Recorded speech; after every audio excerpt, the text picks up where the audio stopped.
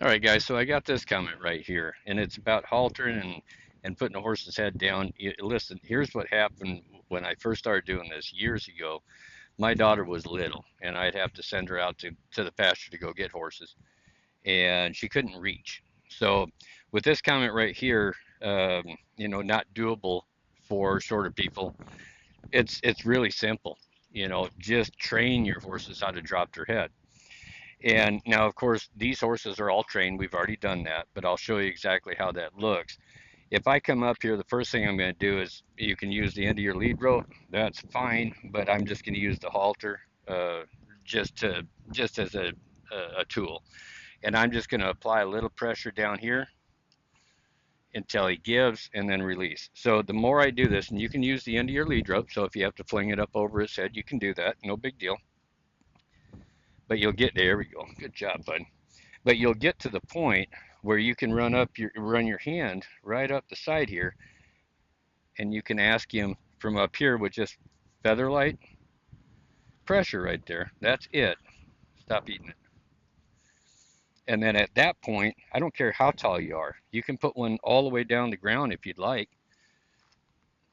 Just working back and forth, nice and easy. Wait for him. There we go. Good job.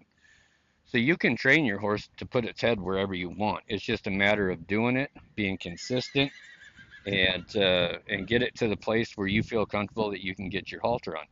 What I see a lot of people do is they'll get this part and then they'll throw this up over, and anytime you throw anything up towards the horse's head, the horse is automatically going to put his head up.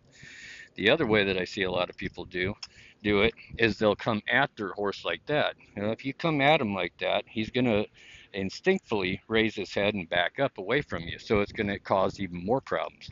So again, I don't care how tall or short you are. My daughter was like this tall when I was sending her out to go get 16-hand horses, and she was able to do it. But we took the time to go ahead and train our horses how to put their head down. So it's very simple.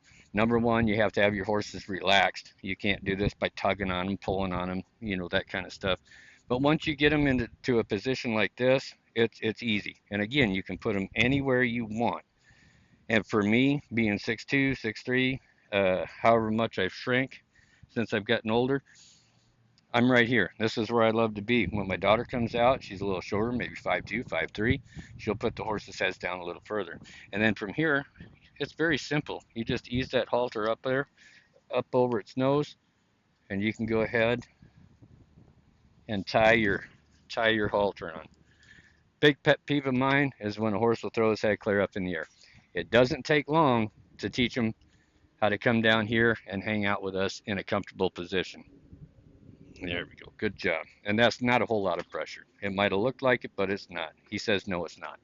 So I'll do a whole video on a horse that's never done this before. I'll do a whole video on how to get your horse to drop his head so that you guys can all enjoy the ease of haltering your horses at a comfortable level.